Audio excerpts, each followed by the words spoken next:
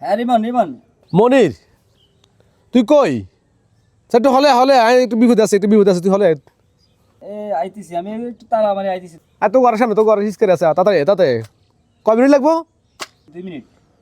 2 minute হলে আসি ঠিক আছে।